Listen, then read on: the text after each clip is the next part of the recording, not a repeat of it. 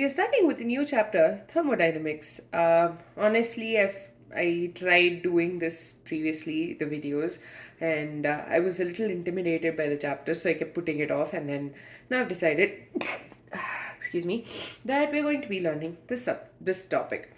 So for class 11 students of NCERT, you guys have it even in physics.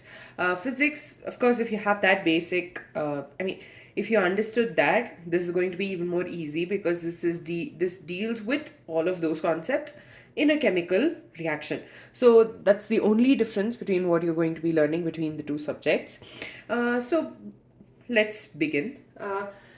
When you were in grade 8, or if I'm not wrong, grade 7 or 8, you learn about these two terms, physical changes and chemical change. So physical change, the example is going to be ice getting converted to water. Okay, whereas a chemical change example could be burning of crackers.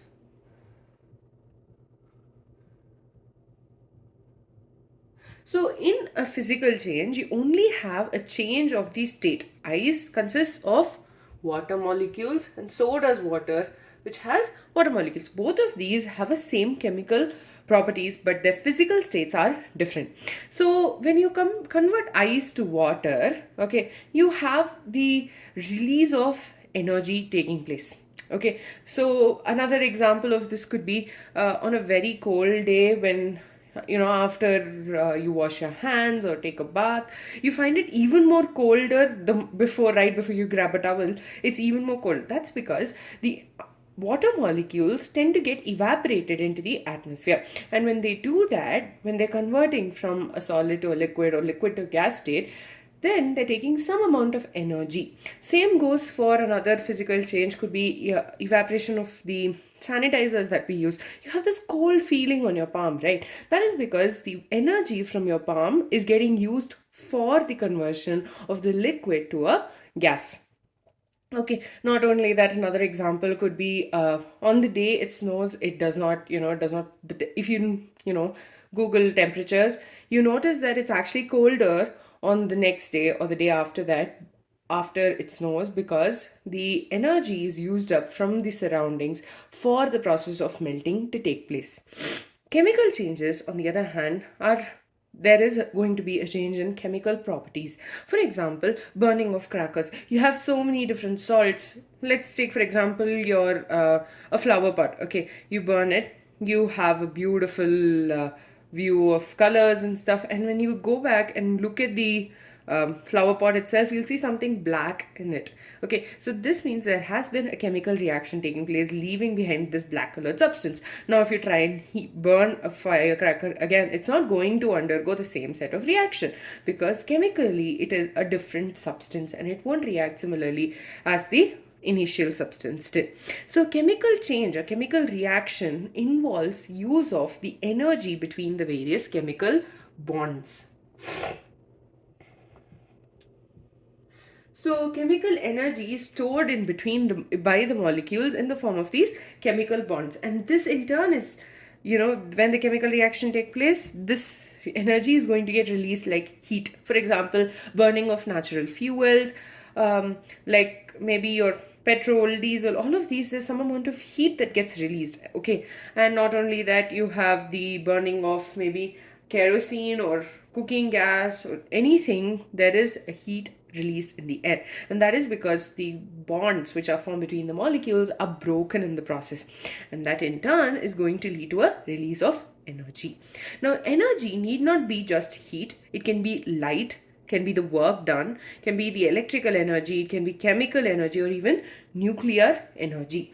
So basically we are able to convert one form of energy to another, and that's pretty obvious with the whole you switching on the fan. The electrical energy is getting converted to a centrifugal energy, the mechanical energy. I mean, that's what was taught in physics, if I'm not wrong.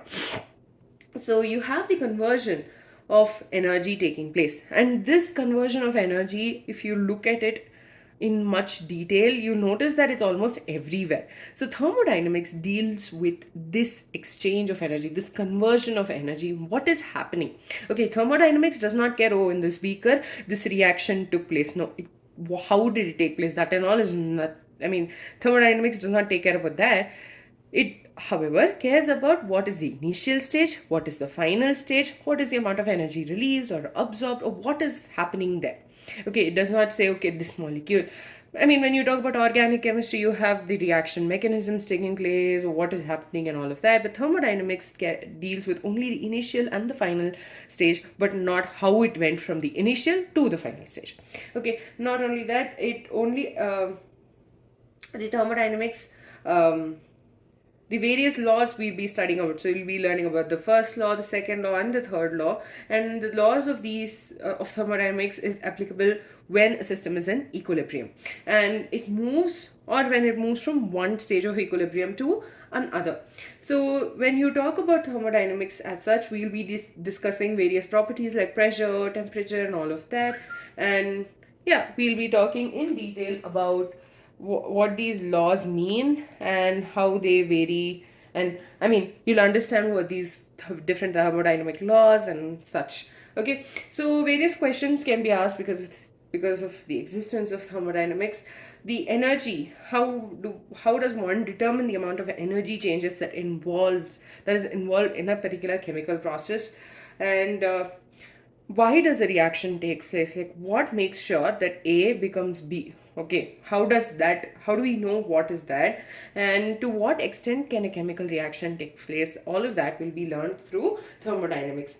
And in this chapter, I'm not going to go in detail about, okay, these are the topics that you're going to learn, because there are various concepts which are new. If you haven't learned about thermodynamics yet in physics, then obviously these are going to be new to you here as well. So yeah, we'll be talking about things like enthalpy, entropy, Gibbs free energy, and all of that. And yeah, so we shall learn about thermodynamics together, and we'll be continuing with the various thermodynamic terms in the next video.